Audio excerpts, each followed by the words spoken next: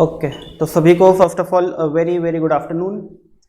आज हमारा revision series का लेक्चर नंबर 4 है एंड हम लोगों ने पहले 3 लेक्चर्स के अंदर अपने एक बहुत important chapter time value of money complete कर लिया। यानी देखा जाए तो हमारा पेपर नंबर 3 का अराउंड 15% पोर्शन हम कंप्लीट कर चुके हैं, क्योंकि ये चैप्टर अकेला ही 15 नंबर का आता है आउट ऑफ 100, तो 15% पोर्शन हमारा कंप्लीट हो चुका है, रिवाइज हो चुका है।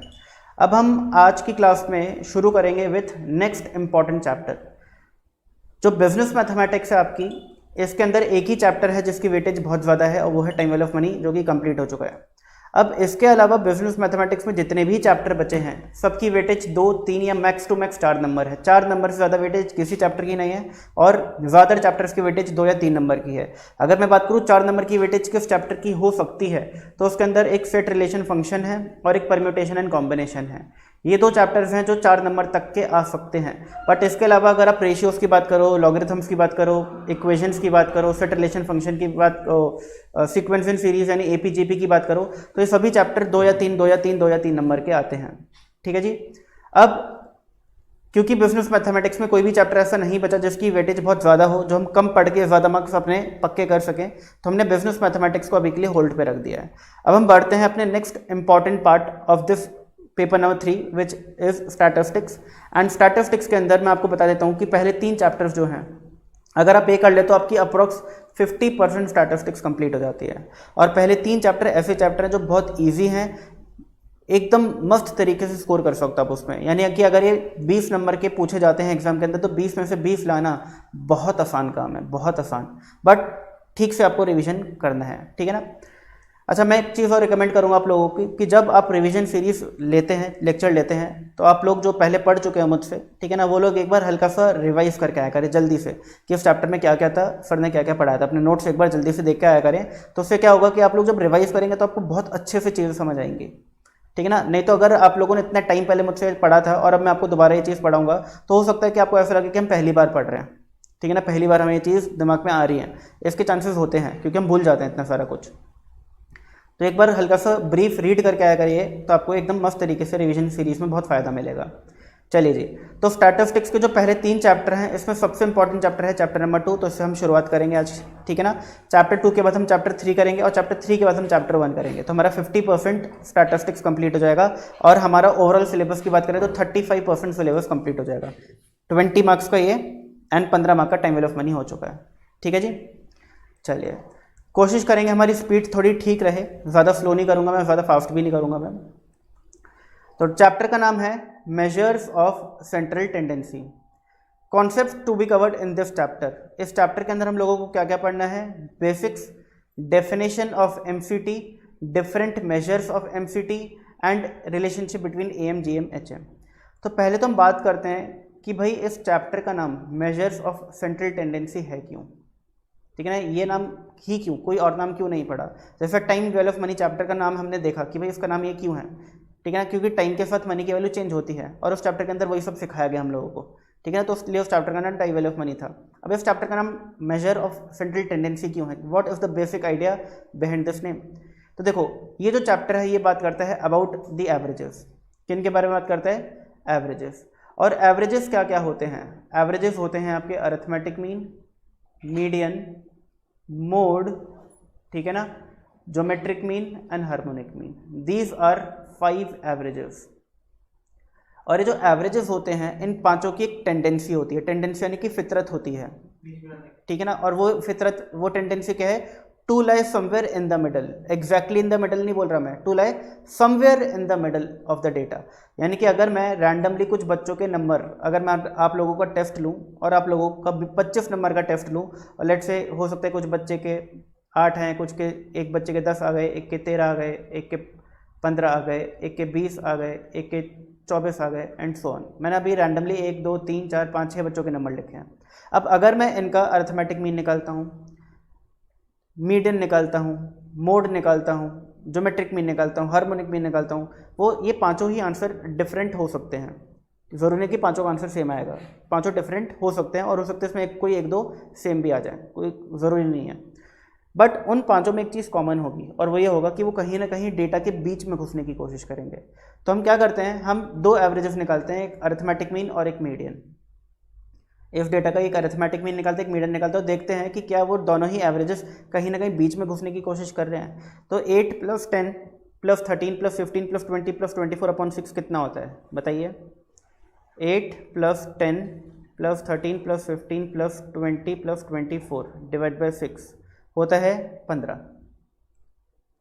कितना होता है 15। अब देखो 15 क्या इस डेटा में कहीं ना कहीं समवेयर मिडल में लाया करता है? क्या 15 एकदम किसी कोने पे लिखा है मैंने? नहीं। अगर मैं डेटा को इंक्रीजिंग या डिक्रीजिंग ऑर्डर में अरेंज करूं तो जो एवरेज है ये कहीं ना कहीं बीच में घुसने की कोशिश कर रहा है। ठीक है ना। एक इंपॉर्टेंट पॉइंट यहाँ पे कि मुझे डेटा को पहले अरेंज भी करना होता है इन इंक्रीजिंग और डिक्रीजिंग ऑर्डर। ठीक है ना, इंक्रीजिंग और डिक्रीजिंग ऑर्डर, और फिर जाकर के जब भी कोई एवरेज निकालते हो वो कहीं ना कहीं बीच में घुसने की कोशिश करता है। अगर इस डेटा का मैं मीडियन निकालूं तो अगर तो ये ऑड नंबर ऑफ ऑब्जर्वेशन होती, लेट्स यहाँ पे 24 नहीं होता, तो मीडियन क्या होता है इसका 13 मिडिल वैल्यू। बट क्योंकि यहाँ पर अभी 24 भी है तो मीडियन क्या होगा, arithmetic mean of middle two observation. तो 13 और 15 का अरिथमेटिक मीन कितना होता है 14। तो देखो दोनों ही एवरेजेस कहीं ना कहीं बीच में घुसने की कोशिश कर रहे हैं। अच्छा, जो मीडियन होता है इसकी तो डेफिनेशन ही क्या होती है, it is the middle value. तो मीडियन तो बीच में घुसने की कोशिश नहीं करता, वो तो होता ही बीच में है। मीडियन तो होता ही बीच में, वो हमेशा बीच में रहेगा। बट बाकी एवरेजेस कहीं ना कहीं बीच में आने की कोशिश करेंगे। यानी जब भी हम कोई फोटो खींचते तो एक बंदा नहीं होता हमेशा जो से बीच में आना होता है, तो सारे के सारे एवरेजेस वो बंदे हैं जिनको बीच में आने का मन करता है, जो बीच में आने की कोशिश करते हैं। क्योंकि सारे के सारे एवरेजेस की एक टेंडेंसी है to live somewhere in the middle, hence this chapter is known as measures of central tendency. Measures of central tendency. चलिए जी, तो मैंने आपको कुछ बेसिक्स क्लियर किए। इस चैप्टर के अंदर हम लोगों को देखो अरिथमेटिक मीन पढ़ना है, मीडियन पढ़ना है, मोड पढ़ना है, ज्योमेट्रिक मीन पढ़ना है, हार्मोनिक मीन पढ़ना है। क्या है, 5 different measures of central tendency है। बट इसके अलावा तीन वो भी होते हैं अदर पार्टिशनल वैल्यूज। अदर पार्टिशनल वैल्यूज जो मीडियन के अंदर क्लासीफाई की जाती हैं, डिकाइल्स, क्वार्टाइल्स एंड परसेंटाइल। ठीक है ना। तो हमें टोटल कितनी चीज़ पढ़नी है, 5 तो हो गए एवरेजेस और 4 हो गए अदर पार्टिशनल वैल्यूज। क्लियर है। अब अगर मुझे अरिथमेटिक मीन पढ़ना है तो उसके अंदर क्या पढ़ना है, एक तो अरिथमेटिक मीन कैलकुलेट कैसे करते हैं और उसकी प्रॉपर्टीज, मेन प्रॉपर्टीज हैं। अगर बात की जाए major of central tendency chapter में किस टाइप के क्वेश्चन आते हैं, तो answer is property based. Answer is property based. आप ये उम्मीद मत करना कि इस चैप्टर से आपको अरिथमेटिक मीन निकालने को आएगा एग्जाम में, मोड निकालने को आएगा, ज्योमेट्रिक मीन निकालने को आएगा, हार्मोनिक मीन निकालने को आएगा। हो सकता है 1 या 2 नंबर के क्वेश्चन ऐसे आ जाएं, बट बहुत कम ऐसे चांसेस होते हैं। तो इस चैप्टर में आता क्या है, इस चैप्टर में आते हैं property based question. Arithmetic mean की प्रॉपर्टी बेस्ड क्वेश्चन, मीडियन के प्रॉपर्टी बेस्ड क्वेश्चन, ठीक है ना, मोड के property based question, geometric mean के property based question and harmonic mean के भी प्रॉपर्टी बेस्ड क्वेश्चन। आपको प्रॉपर्टीज पता होनी चाहिए। अगर आपने प्रॉपर्टीज ढंग से समझ ली तो ये चैप्टर आपका हो गया। और आपने प्रॉपर्टीज छोड़ के पूरा चैप्टर चाहे 10 बार कर लो, आपके इस चैप्टर में 10% ज़्यादा नंबर नहीं आ सकते। इस चैप्टर में जो भी इसकी वेटेज है उसका 10% आपके मैक्सिमम नंबर आएंगे। ठीक है ना। तो प्रॉपर्टीज इंपॉर्टेंट है, बाकी कैलकुलेशन डजंट मैटर। कैलकुलेशन अगर आपको इन 5 में से किसी की भी नहीं आती ना तब भी इतना फर्क नहीं पड़ेगा, बट प्रॉपर्टीज आना बहुत ज़रूरी है। हम बात करेंगे कैलकुलेशन की भी, प्रॉपर्टीज़ की, बट प्रॉपर्टीज़ पे थोड़ा ज़्यादा फोकस करेंगे। आइए जी, तो हम आते हैं कुछ बेसिक पॉइंट के ऊपर। तो पहला तो पॉइंट है टाइप्स ऑफ सीरीज़। 3 टाइप की सीरीज़ होती हैं, individual, discrete and continuous. Individual series में क्या होता है, अगर मैंने बच्चों का टेस्ट लिया 10 बच्चों का, तो 10 के 10 बच्चों के नंबर में इंडिविजुअली रिकॉर्ड करूंगा। ठीक है ना, 10 के 10 बच्चों के नंबर में इंडिविजुअली 1 2 3 4 5 6 7 8 9 10 के 10 बच्चों के नंबर इंडिविजुअली रिकॉर्ड करूंगा। तो ये डेटा है इंडिविजुअल डेटा। अगर मैंने बच्चों का टेस्ट लिया 50 लेट से, ठीक है ना, और मैंने देखा कि भाई काफ़ी सारे बच्चों के मार्क्स रिपीट हो रहे हैं, मार्क्स जो हैं वो रिपीट हो रहे हैं, तो मैं क्या करूँगा, मैं इस डेटा को फ्रीक्वेंसी अलॉट कर दूंगा। यानी कि इंडिविजुअल सीरीज़ में फ्रीक्वेंसी नहीं होती, बट डिस्क्रीट सीरीज़ में फ्रीक्वेंसी होती है। ये जो नंबर ऑफ स्टूडेंट है इसको हम क्या बोलते हैं, फ्रीक्वेंसी। फ्रीक्वेंसी का मतलब है कि कोई भी चीज़ कितनी बार रिपीट हो रही है, कितने फ्रीक्वेंटली आप मोमोज खाने जाते हो। अगर मैं पूछता हूँ तो आप क्या बोलोगे कि एक हफ्ते में मैं कितनी बार जाता हूँ, फिंगर पे काउंट करोगे और बता दोगे सर 5 बार खाता हूँ, तो 5 क्या हो गए, फ्रीक्वेंसी हो गई। कोई भी चीज़ कितनी बार आप कर रहे हो। तो मैंने देखा कि भाई जब बच्चों का टेस्ट लिया गया तो 8 नंबर 3 बच्चों के हैं, 10 नंबर 11 कितने भी लिख लो यार, लेट से 8 बच्चों के हैं, ठीक है ना। 12 नंबर मैंने देखा कि भाई 15 बच्चों के आसपास के आए हैं, फिर 15 नंबर अराउंड 17 बच्चों के आसपास के आए हैं, फिर 17, 18, 19 नंबर आए हैं लेट से 7 बच्चों के, फिर लेट से 24 नंबर आए हैं, 25 में से 24 नंबर आए लेट से 2 बच्चों के। तो यहाँ पे ये जो डेटा है कितने बच्चों का डेटा है, ऐड कर दो इन सबको, 3 + 8 11, 11 + 15 26, 26 + 17 43, 43 + 7 50, 50 + 2 is 52। ये 52 बच्चों का डेटा है। अब अगर इस डेटा का मुझे अरिथमेटिक मीन निकालना है तो मैं कैसे निकालूंगा,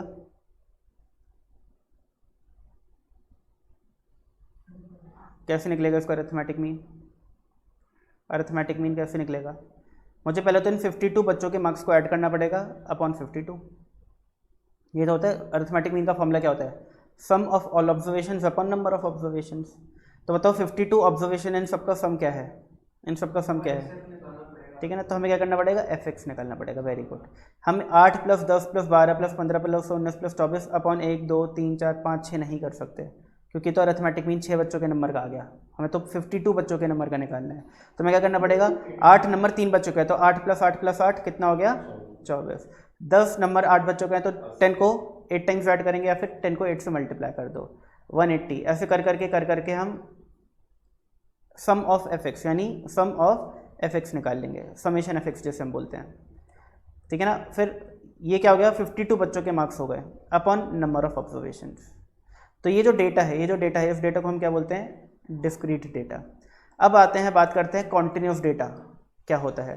तो कॉन्टिन्यूस डेटा के अंदर क्या होता है, लेट से मैंने 100-200 बच्चों का टेस्ट लिया और उसके अंदर मैंने देखा कि जो मार्क्स रिपीट हो रहे हैं काफ़ी कम बच्चों के हो रहे हैं, ज़्यादातर बच्चों के मार्क्स जो हैं डिफरेंट से आ रखे हैं, ठीक है ना। तो मैं इस तरीके से ग्रुप्स नहीं बना सकता, यहाँ पे मैंने ग्रुप्स बना दिए कि भाई 8 नंबर 3 बच्चों के हैं तो 8 के आगे 3 लिख दिया, ठीक है ना। अब अगर बहुत सारे बच्चों के डिफरेंट मार्क्स आए हैं तो डिफरेंट मार्क्स की जो एक्स के नीचे जो वैल्यूज़ हैं बहुत सारी हो जाएंगी, अगेन मेरे लिए वो मुश्किल और एक अजीब सा टास्क हो जाएगा। तो मैं क्या करना चाहता हूँ, मैं बोलता हूँ कि भाई काम करते हैं हम क्लासेस बना देते हैं। अब मैं क्या करूँगा, क्लास में पूछूंगा कि भाई क्लास में बच्चे जिनके 0 से लेकर के 10 के बीच में नंबर है वो हाथ खड़ा करो। मैंने देखा कि भाई 50 बच्चों ने हाथ खड़ा कर दिया, तुम्हें पता चल गया 0 to 10 के बीच में 50 बच्चों के नंबर आए। फिर मैंने पूछा कि 10 से 20 के बीच में कितने बच्चों के नंबर आए, तो लेट से 100 बच्चों ने हाथ खड़ा कर दिया। फिर मैं पूछा कि 20 से 30 के बीच में कितने बच्चों के नंबर आए, लेट से 50 नंबर का टेस्ट है वाला 50 मार्क्स का, तो लेट से 250 बच्चों ने अपना 250 बच्चों ने अपना हाथ खड़ा कर दिया। मैं पूछा भाई 30 से 40 के बीच में कितने बच्चों के नंबर आए, तो हो सकता है 150 स्टूडेंट ने अपना हाथ खड़ा कर दिया। और मैं जब आखिरी 40 to 50 पूछा तो हो सकता है 75 बच्चों ने अपना हाथ खड़ा कर दिया। अब ये डेटा कितने बच्चों का हो गया, डेटा ये 150 + 250 400, 400 + 150 550, 550 + 25 625, ठीक है ना। अब इस केस में मुझे अरिथमेटिक मीन निकालना है तो मैं कैसे निकालूंगा,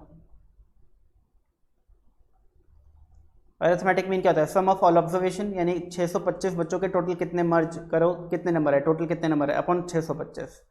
तो कैसे निकालेंगे। अब यहाँ पे दिक्कत क्या है कि भाई 50 बच्चों के 0 से 10 के बीच में नंबर आए। अब हो सकता है इसमें किसी बच्चे के 1 नंबर आए हो, किसी का 9 भी आए हो, वो हमें पता नहीं है, वो इन्फॉर्मेशन तो नहीं पता। तो बेस्ट सूटेबल मेजर क्या होता है कि इनका अरिथमेटिक मीन निकालो, क्लास इंटरवल्स का अरिथमेटिक मीन निकालो, जिसको एक तरीके से मिड वैल्यू बोलते हैं, मिड वैल्यू निकाल लो।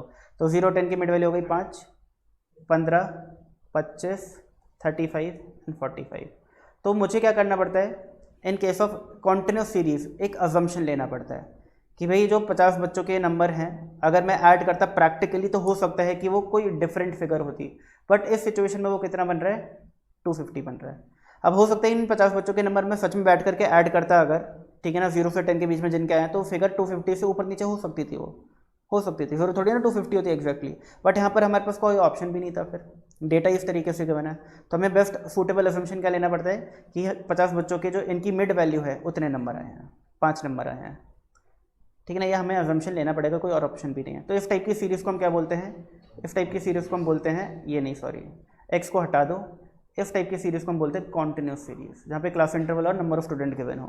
और इसके इसमें अरिथमेटिक मीन निकालना हो तो हमें मिड वैल्यू एक्स लेनी पड़ती है। इसको हम एक्स नहीं बोलते, एक्स किसको बोलते हैं, मिड वैल्यू को।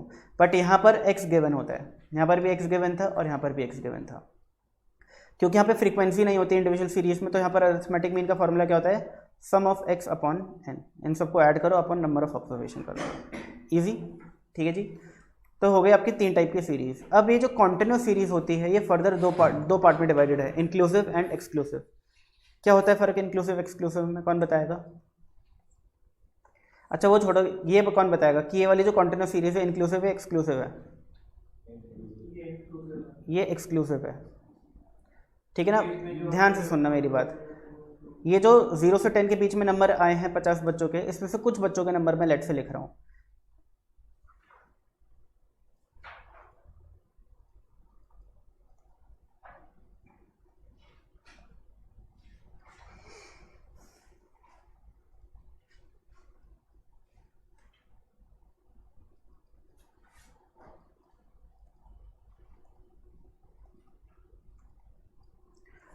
कुछ बच्चों के नंबर लिखे हैं, मैं फ्रीक्वेंसी हटा देता हूँ यहाँ से अभी के लिए, फ्रीक्वेंसी यहाँ से लिखेंगे हम लोग देख करके। अब मुझे एक बात बताइए, अगर मैं पूछता हूँ कि भाई 0 से 10 के बीच में कितने बच्चों के नंबर आए हैं, तो कितने बच्चे हाथ खड़ा करने वाले हैं? क्या ये हाथ खड़ा करेगा?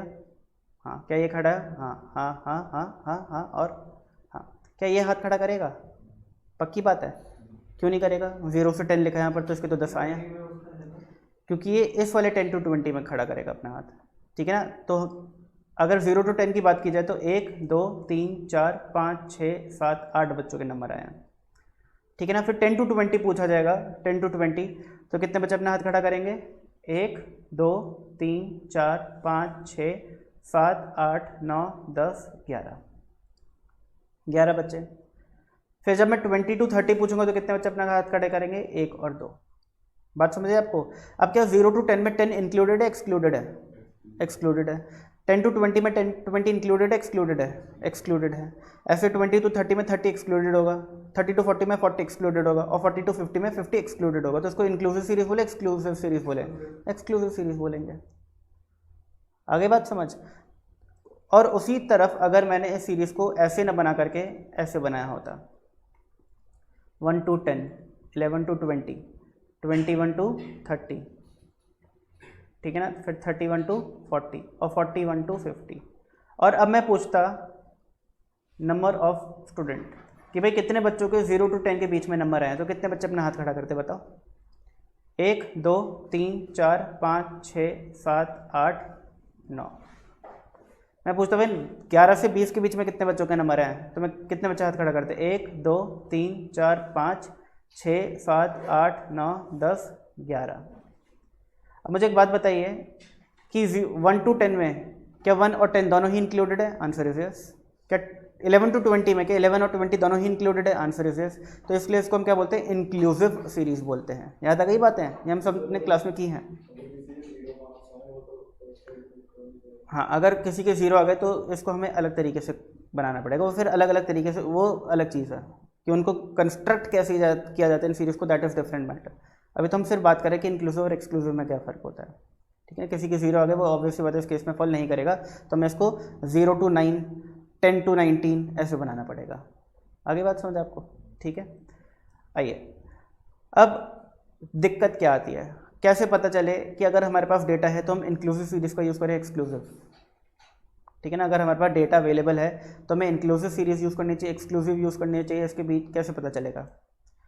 तो इट ऑल डिपेंड्स कि आपके पास जो वेरिएबल है जिसको हम वेरिएट बोलते हैं, वेरिएट, ये वेरिएट डिस्क्रीट वेरिएट है या कॉन्टिन्यूस वेरिएट है। याद है हमने स्टैटिस्टिक्स के पहले चैप्टर में पढ़ा था कि जो वेरिएबल होता है ये 2 टाइप का होता है, एक होता है डिस्क्रीट वेरिएट, एक होता है कॉन्टिन्यूस वेरिएट। क्या फ़र्क था इन दोनों में? भूल गए? अगर आपका जो वेरिएबल है वो सिर्फ और सिर्फ इंटीजर्स, जो इंटीजर वैल्यू होती हैं वो ले सकता है, तो उसको हम बोलते हैं डिस्क्रीट वेरिएट। बट अगर आपका जो वेरिएबल है ये इंटीजर एंड नॉन इंटीजर दोनों वैल्यूज़ ले सकता है, इंटीजर एंड नॉन इंटीजर दोनों वैल्यूज़ ले सकता है, तो उसको हम बोलते हैं कॉन्टिन्यूस वेरिएट। अब लेट्स यहाँ पे 10 और 12 के बीच में मैं एक वैल्यू और लिखना चाहता हूँ, 10.5।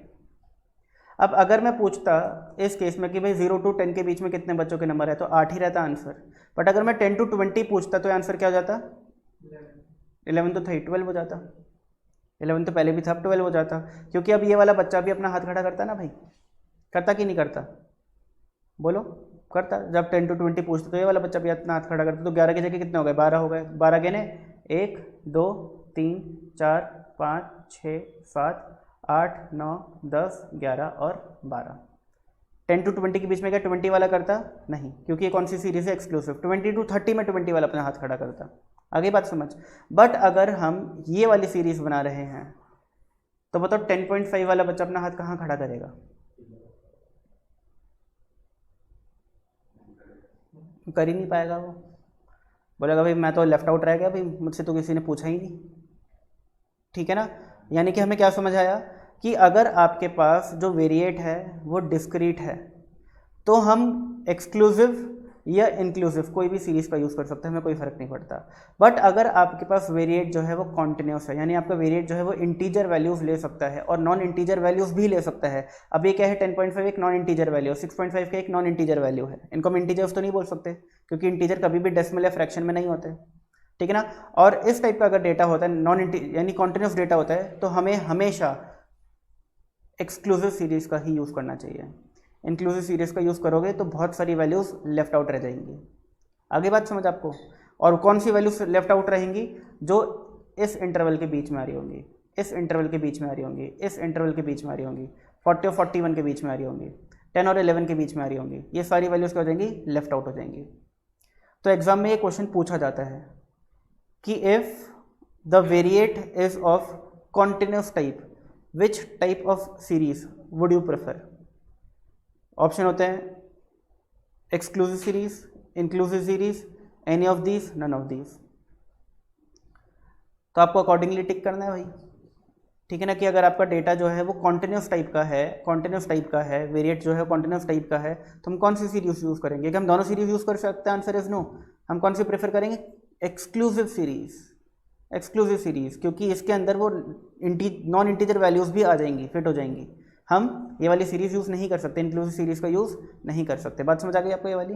ठीक है ना। हम पढ़ चुके हैं डिटेल में एकदम क्लास के अंदर। आप लोगों को पढ़ा रहा हो तो ऐसा लग रहा है पहली बार दोबारा पढ़ रहे हो, इसलिए बोलते हो रिवाइज किया करो। तो आपकी जो कॉन्टिन्यूस सीरीज होती है दो टाइप की होती है, इंक्लूसिव एंड एक्सक्लूसिव। फ़र्क समझ आ गया आप लोगों को? अब आखिरी चीज़ कि अगर आपके पास इंक्लूसिव सीरीज है तो उसको एक्सक्लूसिव में कन्वर्ट कैसे किया जाए?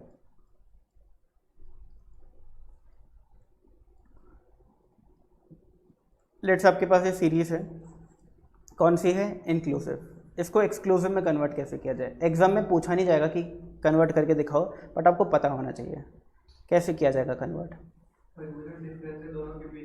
आपको जो सेकेंड क्लास इंटरवल है इसकी लोअर लिमिट और जो फर्स्ट क्लास इंटरवल है इसकी अपर लिमिट, इनका डिफरेंस लेना है। डिफरेंस लेना है, कितना हो जाएगा? 11 माइनस 10, और इसको कर देना है डिवाइडेड बाय 2। तो आंसर क्या आ गया? 0.5। ये जो आपका आंसर 0.5 आ रहा है, आपको ये आंसर इन सभी लोअर लिमिट में माइनस करना है और इन सभी अपर लिमिट में ऐड करना है। तो आपकी जो नई क्लास आपको दिखेंगी वो कैसे दिखेंगी? 1 minus 0.5 is 0.5 and 10 plus 0.5 is 10.5। फिर 11 minus 0.5 is 10.5 and 20 plus 0.5 is 20.5। फिर 21 minus 0.5 is 20.5 and 30 plus 0.5 is 30.5। फिर 31 minus 0.5 is 30.5 and 40 plus 0.5 is 40.5। क्या अब ये एक्सक्लूसिव सीरीज बन गई? Answer is yes. ठीक है ना। तो इंक्लूसिव सीरीज में क्या होता है कि ये वाला नंबर और ये वाला नंबर डिफरेंट होता है इंक्लूसिव में, बट एक्सक्लूसिव में क्या होता है? ये दो नंबर्स सेम होते हैं, ओवरलैप करते हैं, तो इसलिए इसको ओवरलैपिंग इंटरवल्स भी बोला जाता है। क्या बोला जाता है? Overlapping intervals. और इसको क्या बोला जाता है? Non overlapping intervals. बात समझ आ गई आपको? नॉन लैपिंग और इसको ओवरलैपिंग। ओके जी, क्लियर है बात? चलिए, ये हमारा बेसिक जो चर्चा थी वो कंप्लीट हो गई, बेसिक चर्चा। अब हम आ जाते हैं डेफिनेशन के ऊपर। डेफिनेशन में ऐसा कुछ रखा नहीं है वैसे तो देखा जाए। Central tendency is an average. Central tendency क्या है? एक एवरेज है which represent the characteristics of the entire data. अब मैं अगर आप बच्चों का टेस्ट लेता हूँ और उसका अरिथमेटिक मीन निकाल लेता हूँ और कोई मुझसे पूछता है कि मयंक सर आपने क्लास में बच्चों का टेस्ट लिया था, बच्चों की परफॉर्मेंस कैसी रही, तो क्या मैं उनको जितने बच्चे हैं सबके मार्क्स बताऊँ? नहीं, मैं क्या बोलूँगा कि भाई एट एन एवरेज बच्चों ने इतना स्कोर किया, और वो जो मैंने अरिथमेटिक मीन निकाला होगा वो बता दूंगा। तो अरिथमेटिक मीन क्या कर रहा है? वो आप सभी बच्चों की परफॉर्मेंस को रिप्रेजेंट कर रहा है, यही कर रहा है। तो वही यहाँ पे लिखा है, measure central tendency is an average which represent the characteristics of the entire data and help us to compare the given data with another data। अब ऐसे अभिजीत सर ने आपका अकाउंट्स का टेस्ट लिया, उनने भी एवरेज निकाल लिया। अब हमें देखना है कि बच्चे मैथ्स में अच्छा परफॉर्म कर रहे हैं, अकाउंट्स में अच्छा परफॉर्म कर रहे हैं, तो हम क्या करेंगे? इन दोनों एवरेजेस को कंपेयर कर लेंगे। जो एवरेज हायर होगा उसमें बच्चा अच्छा परफॉर्म कर रहा होगा। आगे बात समझ। तो ये एवरेजेस कंपैरिजन के लिए भी यूज़ किए जाते हैं। Central tendency also facilitate us in providing basis for comparison between different distribution and this average has a tendency to be somewhere at the centre of to be at the centre and hence called measure of central tendency. ठीक है, तो सारी की सारी definition clear है, definition के पूरे parts clear हैं, अलग अलग तरीके से हमने इसको समझाया है। Following are the criteria for an ideal measure of central tendency. एक मेजर ऑफ सेंट्रल टेंडेंसी को आइडल कब बोला जाए, अच्छा कब बोला जाए, तो उसके पास ये सारे कैरेक्टरिस्टिक्स होने चाहिए। ये आप रीड कर लेना खुद से एक बार, ठीक है ना, ये एग्जाम में कभी पूछे नहीं जाते, ठीक है ना आपको इतना कोई इंपॉर्टेंट रोल प्ले करते हैं। आगे जो क्वेश्चंस करोगे आप इसके, उसमें इसका रोल कोई भी नहीं है, मैंने लिख दिया मैंने, तो आप पढ़ सकते हो एक बार। चलो जी, अब हम पढ़ते हैं दूसरा पार्ट, तीसरा पार्ट ऑफ द चैप्टर। तो पहले हमने बेसिक्स पढ़ लिया, फिर हमने definition of major of central tendency पढ़ लिया। याद है हमें क्या क्या पढ़ना था? टू डू, ठीक है ना, एक बेसिक्स करना था, एक definition of major of central tendency करना था, ये भी डन और ये भी डन। अब आते हैं उस पार्ट के ऊपर जिससे क्वेश्चंस आते हैं, different measures of central tendency, जिसके अंदर हम ये सब कुछ पढ़ने वाले हैं। जो भी आपको एक टेबल में दिख रहा है ये सब कुछ पढ़ने वाले हैं, ठीक है ना। तो पहला है अरिथमेटिक मीन। अरिथमेटिक मीन यानी कि एएम। एएम जो होता है ये बहुत इजी टू कैलकुलेट है, इजी टू अंडरस्टैंड है। अगर आपको बोला जाए कि कोई भी एवरेज यूज़ करो किसी भी चीज़ का एवरेज निकालने के लिए, तो आपके दिमाग में सबसे पहले अरिथमेटिक मीन ही आएगा। आप बोलोगे कि सर सारी ऑब्जर्वेशंस को ऐड कर दो, अपन नंबर ऑफ ऑब्जर्वेशन कर दो, लो जी सर एवरेज आ गया। उल्टा ऐसे समझो कि अगर कोई बोलता है ना एवरेज निकालो, तो आपके दिमाग में एवरेज का मतलब अरिथमेटिक मीन ही घुसा हुआ है, जबकि एवरेजेस 5 होते हैं।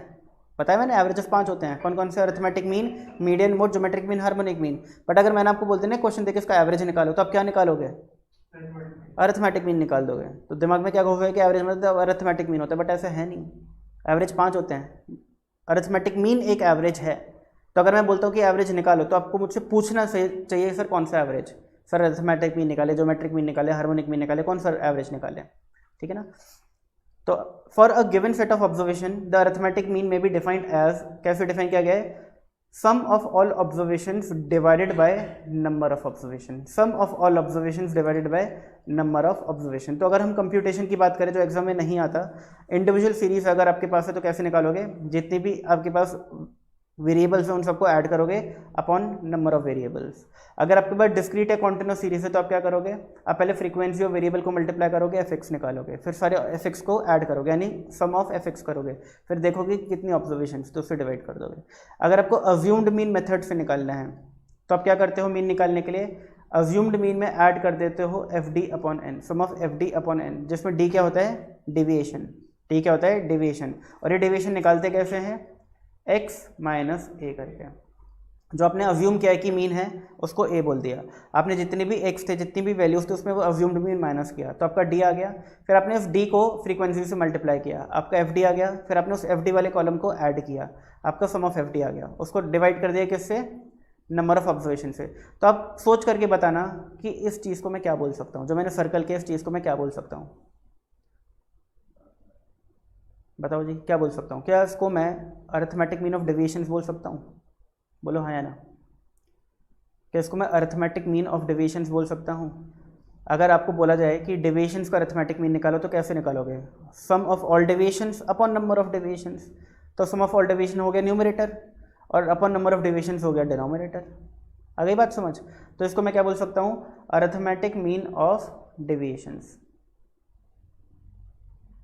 तो एग्जाम में कभी कभी पूछ लेते हैं कि which of the following is true, which of the following is true, और क्वेश्चन जो है वो मैं आपको दिखा देता हूँ। Which of the following is correct, question number 5। अब आप बताइए मुझे कौन सा करेक्ट है इसके अंदर?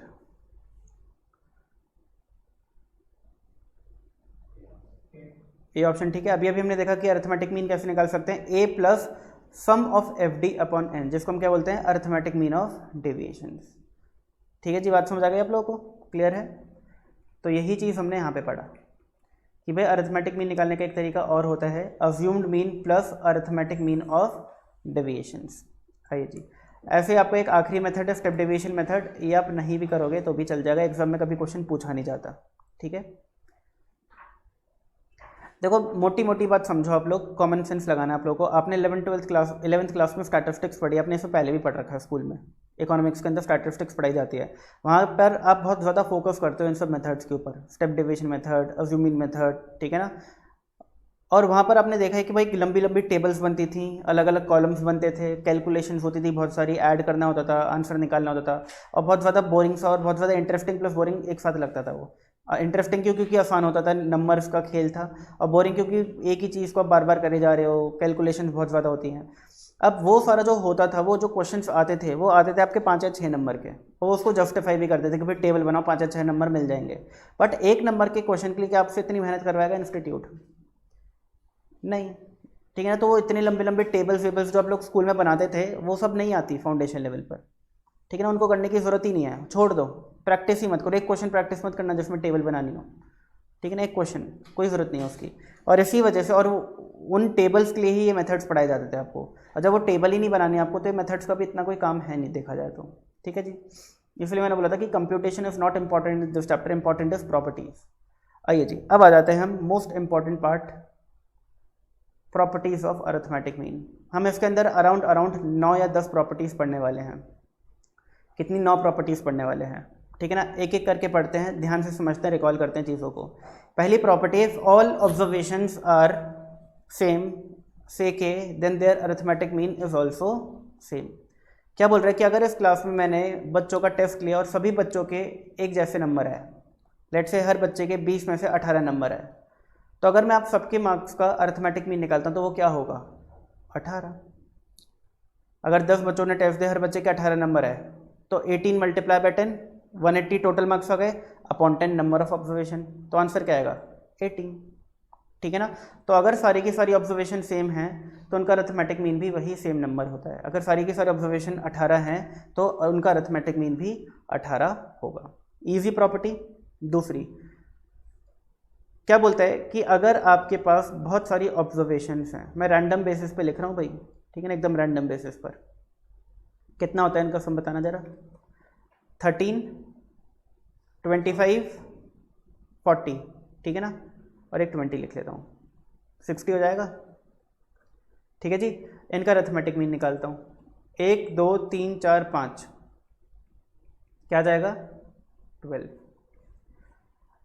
अब अगर मैं डिविशंस निकालूं, डिविशंस का क्या मतलब होता है याद रखना, deviations means variable minus anything, variable minus anything, that is called division.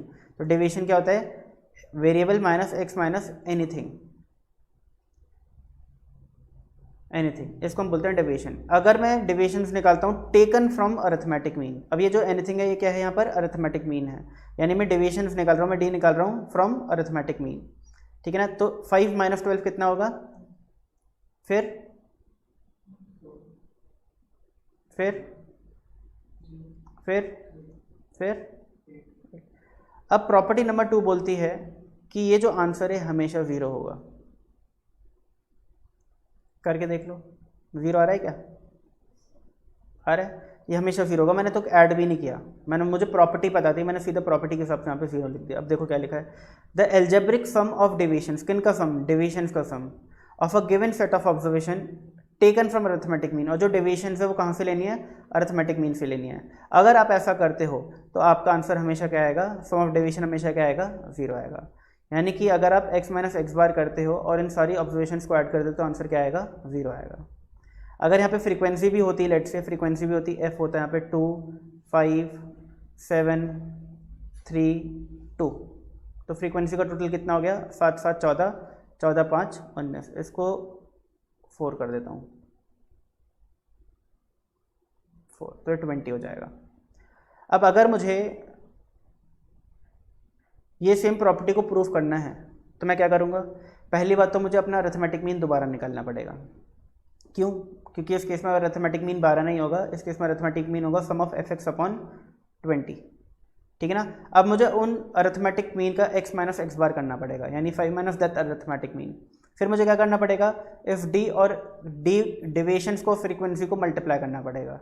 अब इनको मैं क्या बोलूँगा? सम ऑफ डिविएशंस, ठीक है ना। इस केस में ये सम ऑफ डिविएशंस होंगी क्या? नहीं, क्योंकि ये जो डेविएशंस हैं ये 1 2 3 4 5 नंबर की डेविएशंस हैं, बट ऑब्जर्वेशंस कितनी हैं 20, तो मुझे 20 डेविएशंस चाहिए ना भाई, बात समझ आ गई ना। तो 20 डेविएशन कैसे आएंगे, सारी की सारी डेविएशंस को फ्रीक्वेंसी से मल्टीप्लाई करो, तो ये होगा आपका sum of deviation taken from arithmetic mean is 0।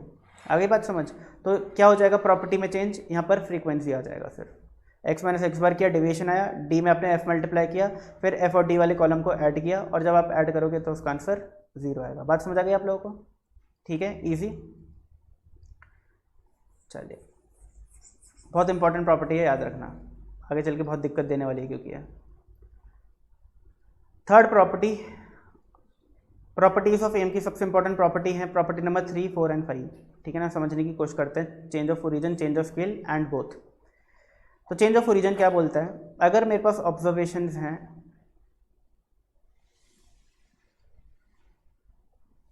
ये, ठीक है जी, इनका अरिथमेटिक मीन क्या होगा बताइए।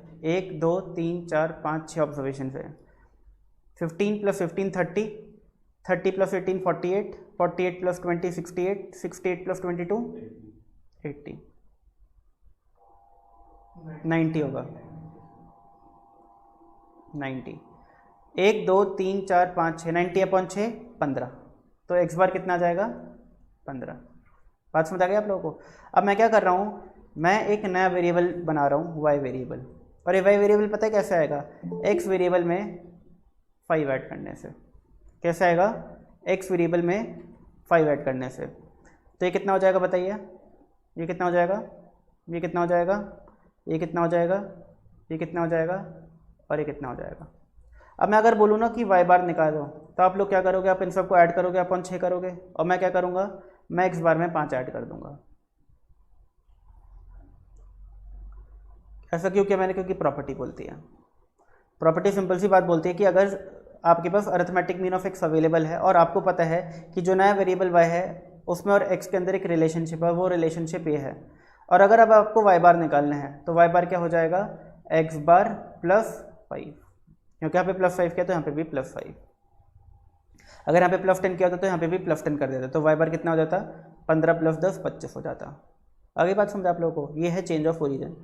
Property number 3 complete. Property number 4 change of scale. अब यहाँ पे मैं लिखता हूँ वेरिएबल z। वेरिएबल z पता है कैसा है, x वेरिएबल को 2 से मल्टीप्लाई करके, तो बताइए कितना हो जाएगा, 10 20 30, यही होगा ना, 2 से मल्टीप्लाई करने से 36 40 एंड 44। अब मैं आपको बोलता हूँ कि भाई z बार बताओ कितना होगा, तो आप तो क्या करोगे, इन सबको ऐड करोगे, अपन 6 करोगे, मैं क्या करूँगा, x बार को 2 से मल्टीप्लाई कर दूंगा,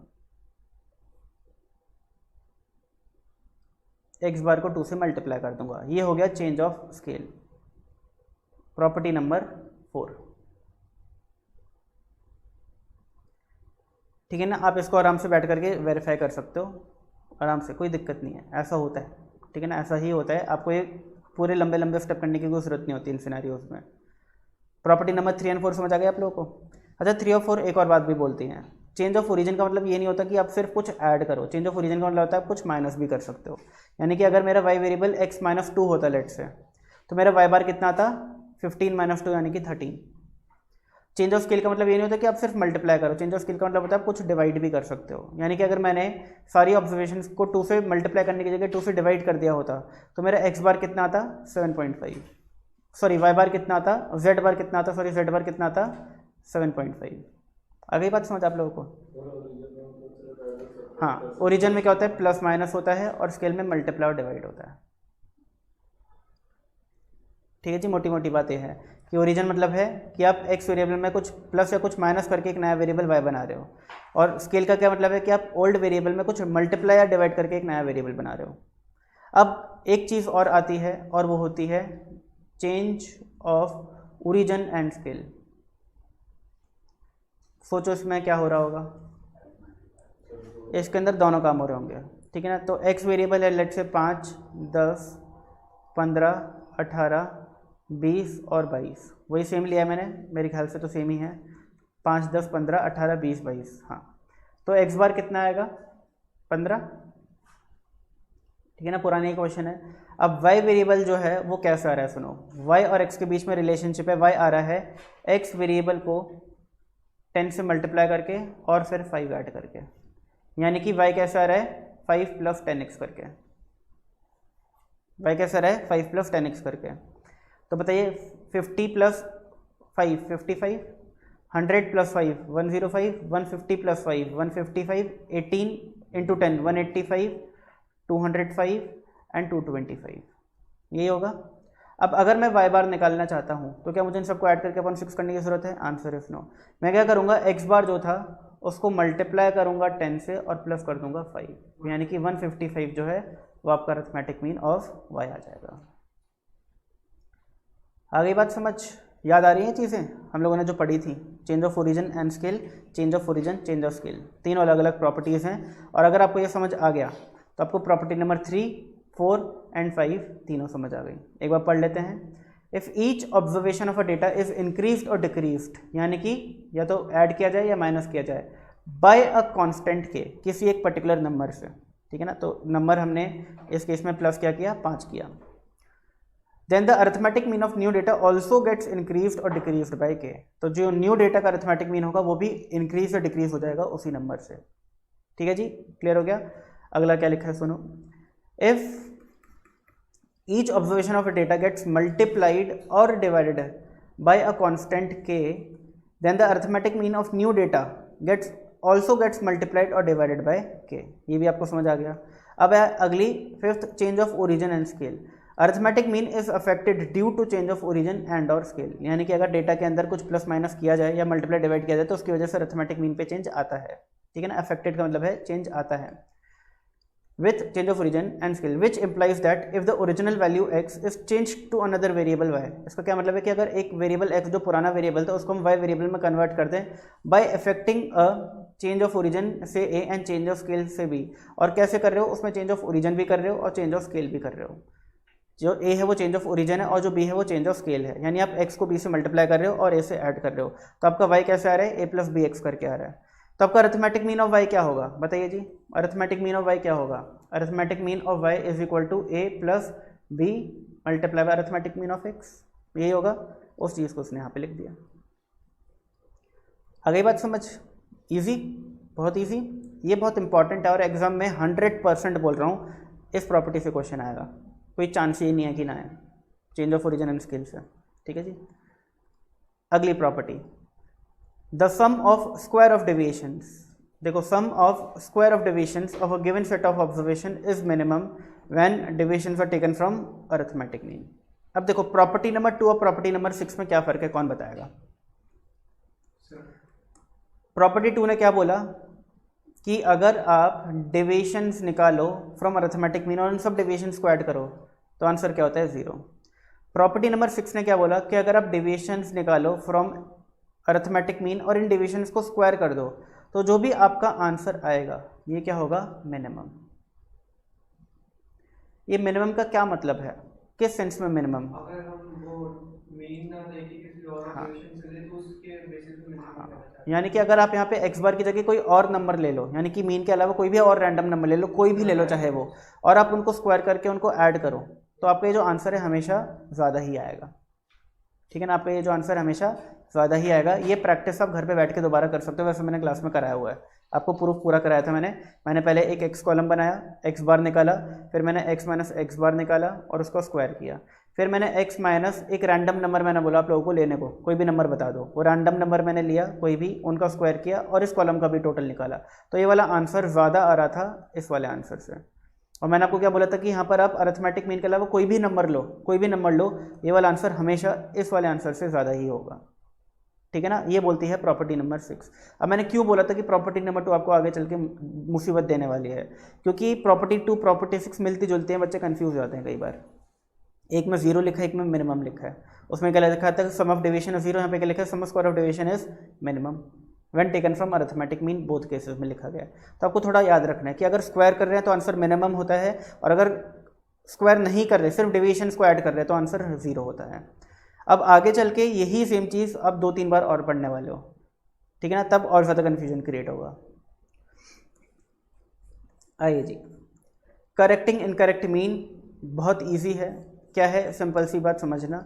लेट से मैंने आप बच्चों का टेस्ट लिया और टेस्ट में आपका एवरेज स्कोर निकाला। लेट से एवरेज स्कोर 18 आया और आप बच्चे कितने हो, लेट से आप बच्चे हो 50, यानी 50 बच्चों के मैंने टेस्ट लिया, उन सबके मार्क्स ऐड किए। आउट ऑफ 20 25 नंबर का टेस्ट था लेट से, और सबके मार्क्स ऐड करके अपन 50 के, तो मेरा अरिथमेटिक मीन कितना है, 18 आया। अब बाद में एक बच्चा मेरे पास आता है, वो बोलता है कि सर आपने जो है ना मुझे मार्क्स गलत दिए हैं, मेरे मार्क्स है ना आपने मुझे 16 नंबर दिए हुए हैं, ठीक है ना, जबकि मेरे मार्क्स ठीक से आप कैलकुलेशन करो 22 आने चाहिए।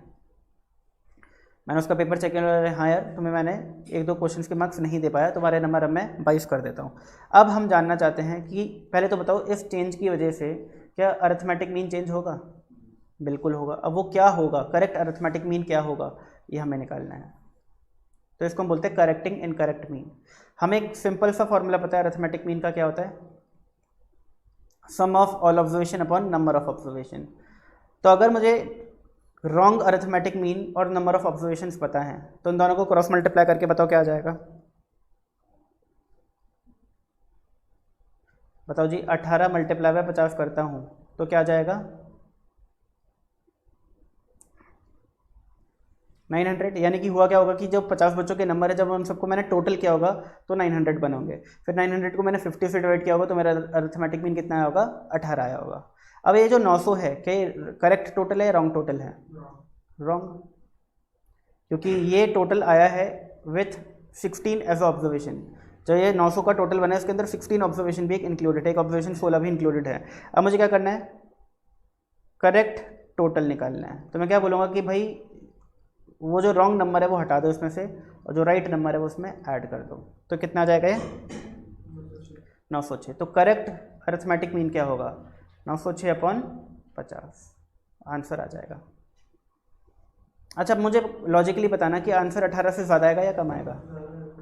वो हमें यहाँ से देख के ही पता चल गया था, क्योंकि अरिथमेटिक मीन 18 है और एक ऑब्जर्वेशन जो कम है वो हट रही है और एक ऑब्जर्वेशन जो ज़्यादा है वो आ रही है, तो ऑब्वियसली बात है अरिथमेटिक मीन बढ़ेगा। आगे बात समझ। तो ये है पूरा process of calculation of correct arithmetic mean, ठीक है ना। तो पहला स्टेप क्या था, मैंने क्या किया, रॉन्ग टोटल निकाला। कैसे निकाला, एक्स बार को एन से मल्टीप्लाई करके। फिर दूसरा स्टेप क्या था, मैंने करेक्ट टोटल निकाला। कैसे निकाला, रॉन्ग टोटल में माइनस की रॉन्ग ऑब्जर्वेशन और ऐड की करेक्ट ऑब्जर्वेशन। फिर स्टेप 3 मैंने आखिरी स्टेप क्या किया, करेक्ट टोटल को नंबर ऑफ ऑब्जर्वेशन से डिवाइड कर दिया। Easy, very easy.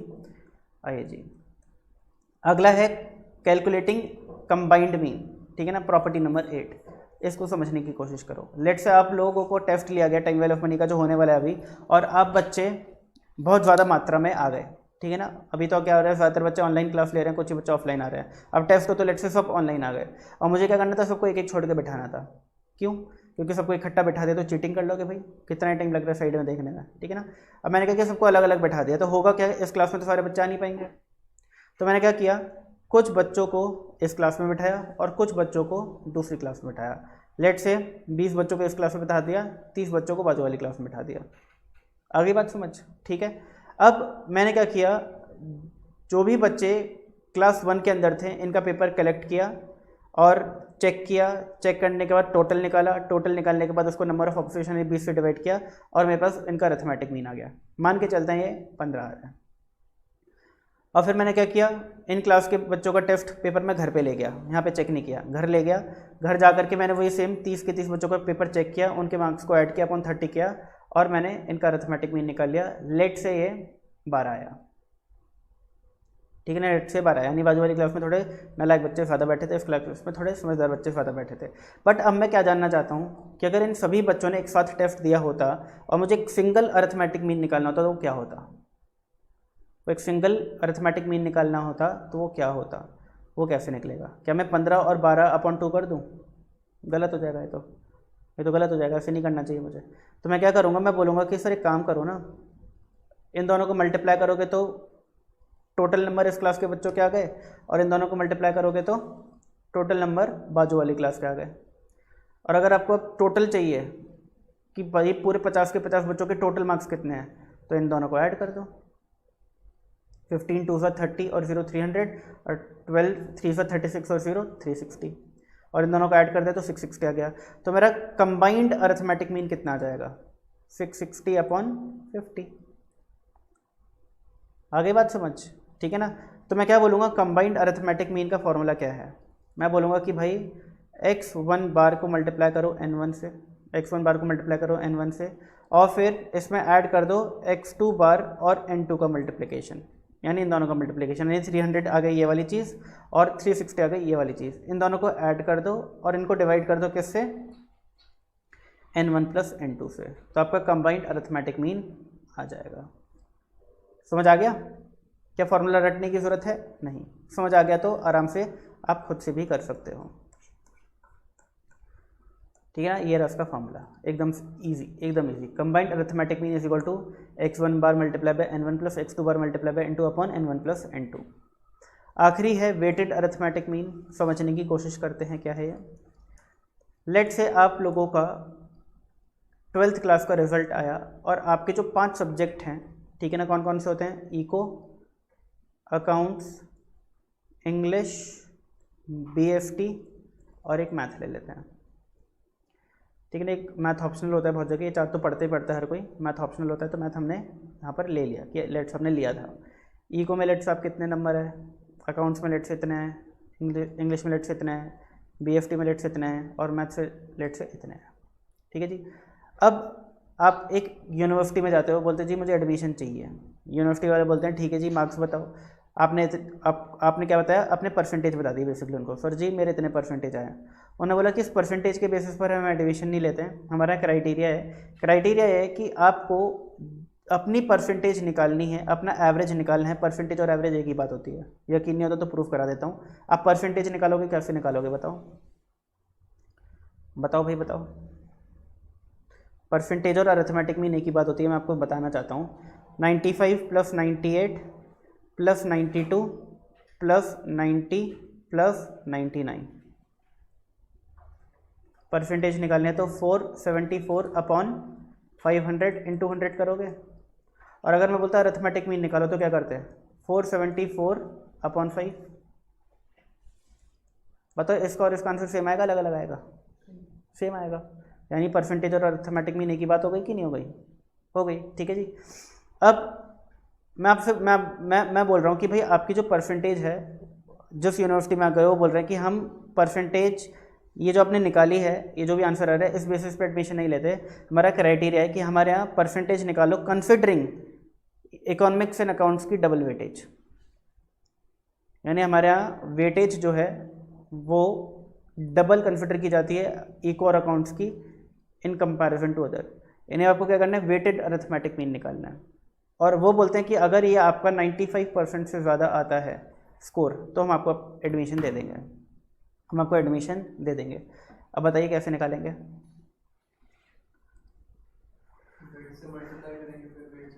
तो हम क्या करेंगे, तो हमारा x हो गया, हमारा w हो गया, तो हम WX निकालेंगे, कितना जाएगा 190, 196, 92, 90 एंड 99, कितना आ रहा है बताइए।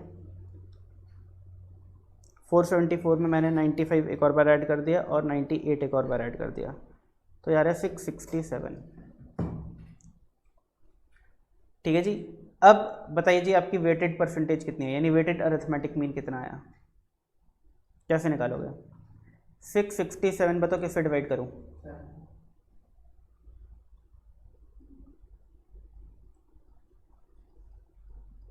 और अगर ये निकलना है तो 667 डिवाइडेड बाय 7। अब ये बोलोगे कि भाई ये जो नंबर है, अब ये क्योंकि हमने दो सब्जेक्ट को फुल वेट उसके कंसिडर किए हैं, तो उनको एक अलग अलग सब्जेक्ट मान लो।